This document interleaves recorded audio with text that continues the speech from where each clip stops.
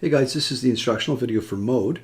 You can see the question here, what is the mode of the following data set? And mode is really just a mathematician's word for most frequent.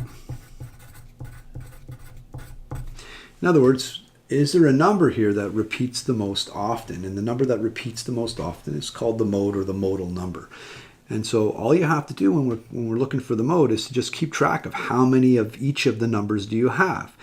So for example, you'll see the -5 over here. We have that one 2 times. And whereas we only have one -2. And as you continue to analyze those data points, I want you to notice over here we have the number 10 3 times, and no other number repeats itself 3 times. Now it's very handy, just like with the median, that we make sure that our numbers are ranked when we're looking for mode, not because the order matters so much, but because it's a way of making sure that the numbers will be grouped properly, right? If you have all your 10s in a row and all your -5s in a row, it's really easy to see which ones repeat the most frequently. So there are 2 things that I want to point out to you that might come up with other styles of questions. And that is the following. In this case, the number 10 is the mode, and it's the mode because it repeats the most frequently. So the 2 things that I want to point out to you is that number -5, although it happens twice, that's not enough to make it the mode in this case. The reason is because I have 3 10s. So it's not enough just to repeat. It has to repeat more than any other number for it to be the mode. 10 is the mode because it repeats the most often with 3 times.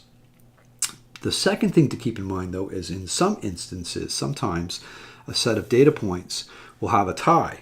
In other words, if you imagine for a second that I take out that 10 right over there, now instead of 3 times, I would only have 2 10s, and I would have 2 -5s. And in that instance, you might ask yourself, well, what do you do when there's a tie?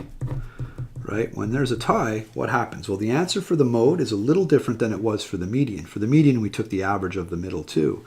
But when there's a mode question and you have a tie, then the answer is you have 2 modes. In other words, if I didn't have this 10 here, this question would have 2 answers, the -5 and the 10, because I would have 2 of each of those and no other number repeated so often. But in this case, for this particular problem, we can stop right away and say that the answer is 10 because, as I said earlier, there is only one number that repeats as often as the number 10. That's 3 times, and there's your answer. Okay, but do be careful about what happens when there's a tie, just in case it should come up in another question.